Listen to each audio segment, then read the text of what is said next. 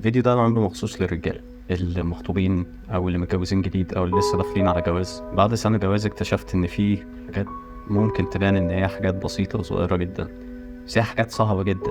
فانا عملت الفيديو ده عشان اعرفكم ازاي ممكن تطولوا عمر العلاقه الزوجيه. ربنا طبعا يا رب انت يخليكم. بتعمل الحاجات دي؟ م? بتعمل الحاجات دي ليه؟ بقول لك صعبه جدا طب ما انت ما بتعملهاش. بس اعرف. اول حاجه من الحاجات اللي ممكن اكتشفتها تبص لجنب. ايه؟ بص لجنب. فين هنا بجسمك كله. كده؟ اه ايه العبط؟ بس إيه؟ هما ايوه بيعملوا ليه؟ ما الكاميرا اهي. معلش بس هما بيعملوا كده، هو الكونتنت كده. هو الكونتنت كده كده تمام. اه اول حاجه عايز اكلمكم عليها حاجات اكتشفتها جوه البيت. جوه البيت في حاجات عمري في حياتي ما كان عندي اي درايه بيها، ما كنتش عارف ان هي موجوده اصلا. يعني اكتشفت في المطبخ حاجه كده غويطه وبينزل فيها ميه اسمها حوض. دي بيقول لك لازم تحط فيها الاطباق بتاعتك بعد ما تخلص اكل، ويقال والله اعلم ان في رجاله بتغسل اطباقها بعد ما تخلص اكل في المكان ده، هذا الحوض. بس طبعا احنا ملناش دعوه بالكلام ده خالص.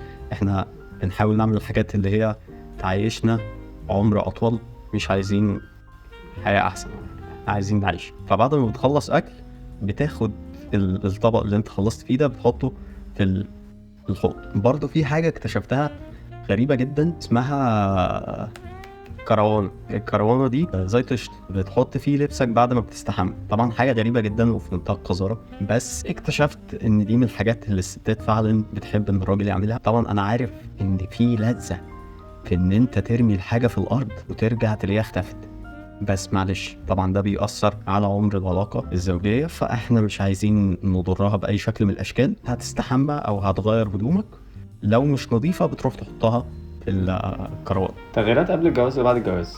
ايه؟ تغييرات بص قدام. في حاجه اتغيرت قبل الجواز عن بعد الجواز؟ طبعا كلمة بحبك. كلمة بحبك لو قلتها قبل الجواز ممكن تقولها في أي وقت وكل مرة بتكون.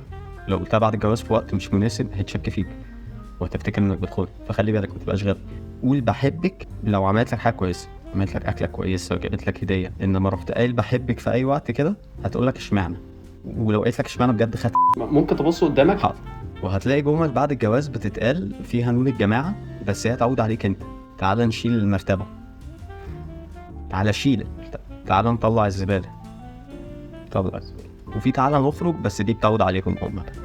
يعني انت مش هتبقى معاهم. خناقات طبعا بتبقى حاجات بسيطه. ضرب طبعا. لا ما توصلش الضرب، لا ما توصلش الضرب طبعا. ممكن بس كان هنا دي الحته دي كانت غرزتين، بس هي ما كانش قصدها، كانت بتعمل ايديها كده وانا كنت واقف في مكان غلط. في عندي برضو حاجه في رجلي هنا، بس انا اللي مسكت الكومودين غلط واحنا بنشيل. لا خلاص انا بقول لك حاجات بسيطه.